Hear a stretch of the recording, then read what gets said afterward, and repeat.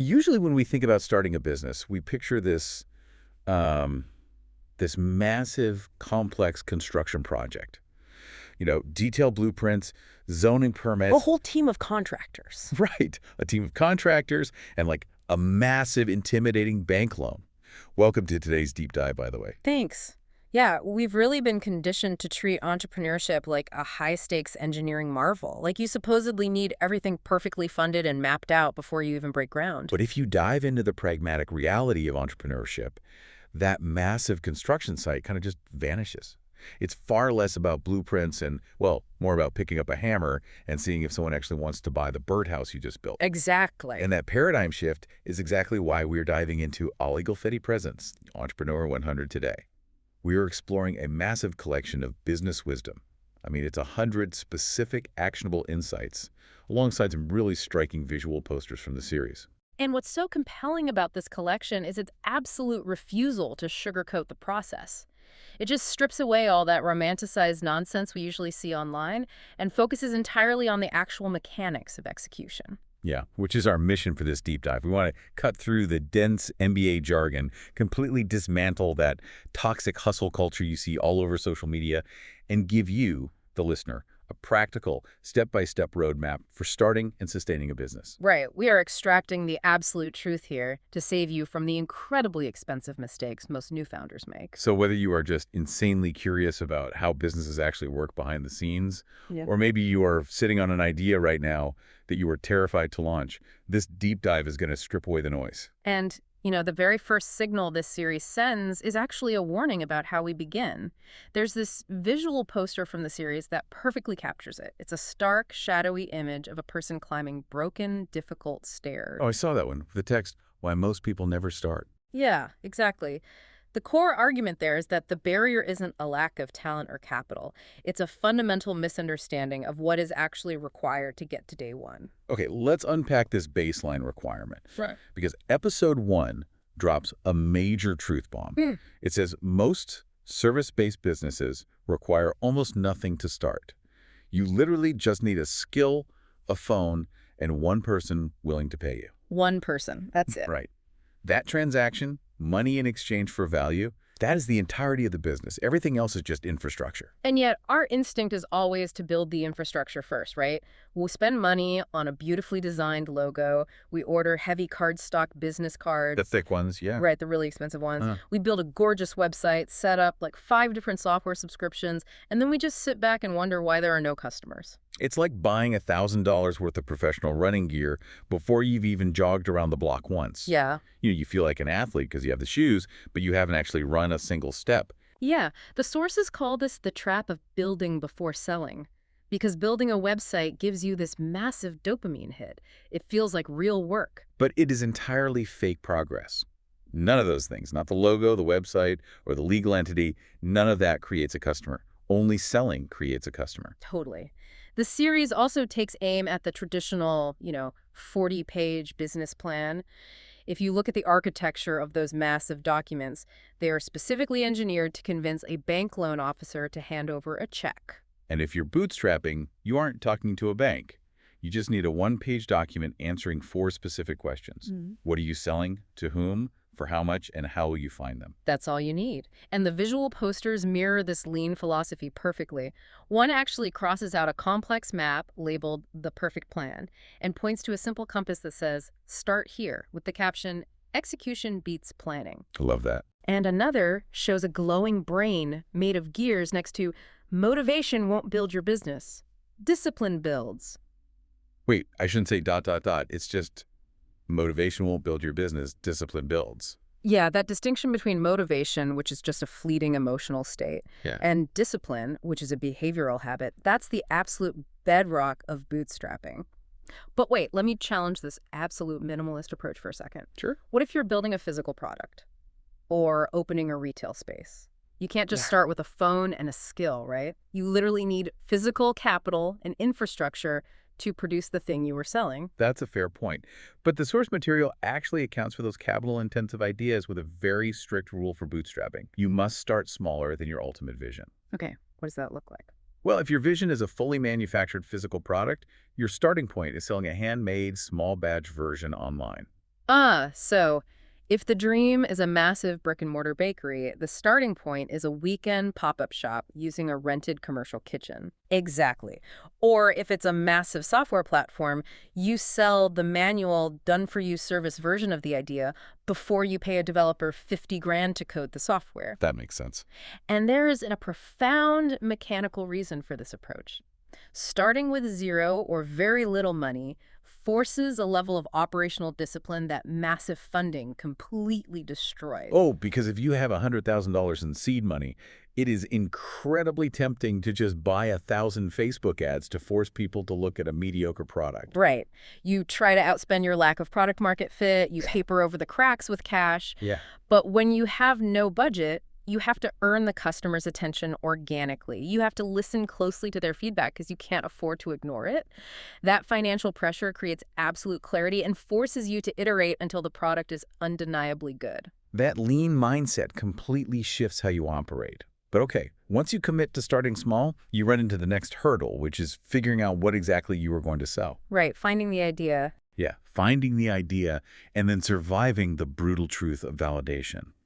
Because the sources argue strongly against chasing social media trends or trying to copy the latest tech unicorn. Yeah, the genesis of a sustainable business usually starts inward. The text prompts you with 3 diagnostic questions. First, what do people already ask you for help with informally? hmm Second, what work do you do that makes time just disappear for you? And third, what problem have you personally solved the hard way? Because the best businesses are built on a deep, visceral understanding of a problem, which usually comes from having actually lived it. Exactly. But an idea is just a hypothesis. And the way most people test that hypothesis is completely backwards. They take their new business idea to their friends and family and ask, is this a good idea? Which yields catastrophically bad data. It's like presenting your case to a judge who has been heavily bribed with love and affection. They literally cannot give you a fair verdict. No, they can't. Your family loves you. They don't want to crush your dreams, so they say the idea is brilliant. But their feedback has zero correlation to actual market demand. None at all. The only metric that proves market demand is a stranger willingly parting with their money. Here's where it gets really interesting. Yeah, the source provides a very strict 3-step validation process to cross the chasm from guessing to knowing.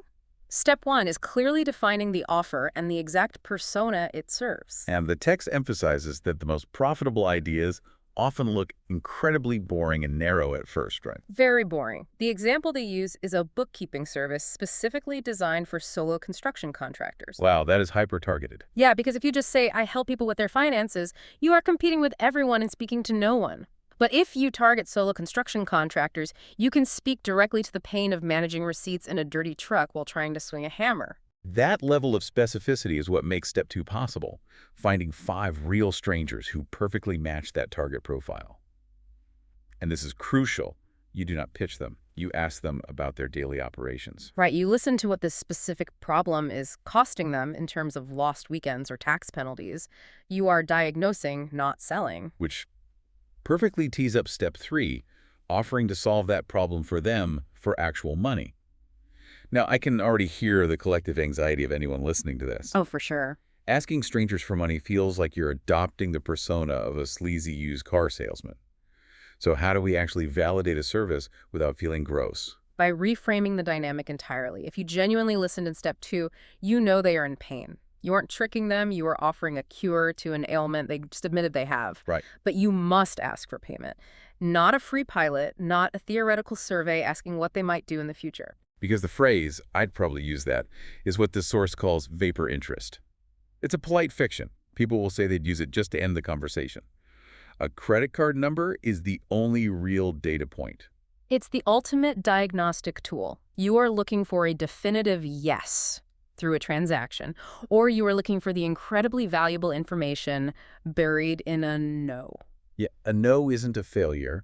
It's an incredibly successful experiment that just saved you 6 months of your life. Exactly. You figured out the hypothesis was wrong before you spent your savings building a service nobody wants.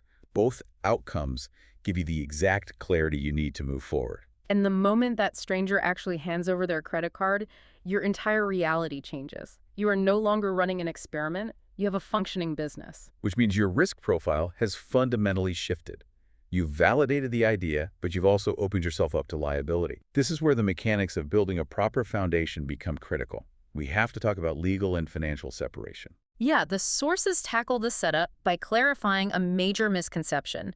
You do not instantly need to form a corporate entity to take that first payment. Oh, really? Yeah, legally, you default to a sole proprietorship. You and the business are one and the same. For that initial test phase, that is often sufficient. But the magic word the series hammers home is separation. Hmm. Operating as a sole proprietor means there is no barrier between your business risks and your personal life. If the business gets sued or takes on debt, your personal savings, your car, your house. They are all on the table. Yeah, all on the table. That's the entire purpose of forming an entity like an LLC. It acts as a legal wall. It quarantines the business liabilities away from your personal assets. However, setting up that entity is only half the battle. Right, because the fatal behavioral error many founders make is commingling funds. Yes. Buying your personal groceries with the shiny new business debit card. Or paying a business vendor from your personal checking account. If you mix the money, the legal wall just evaporates. It's called piercing the corporate veil. In an audit or a lawsuit, a judge will look at those grocery receipts and determine that since you didn't treat the business as a separate entity financially, the court won't treat it as a separate entity legally. You lose all your protection. So you absolutely must have a dedicated business bank account from day one, even if there's only $50 in it. Yeah. But wait, let's look at the timeline here. Okay.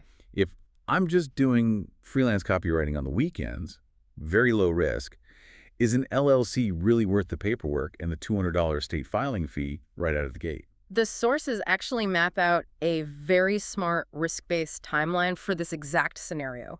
For low liability work, like freelance writing, start as a sole proprietor, secure your first customer, validate the revenue, and then formalize the entity. Oh, okay. But if your business involves physical services, handling sensitive client data, or operating in a space where a simple mistake has massive financial fallout.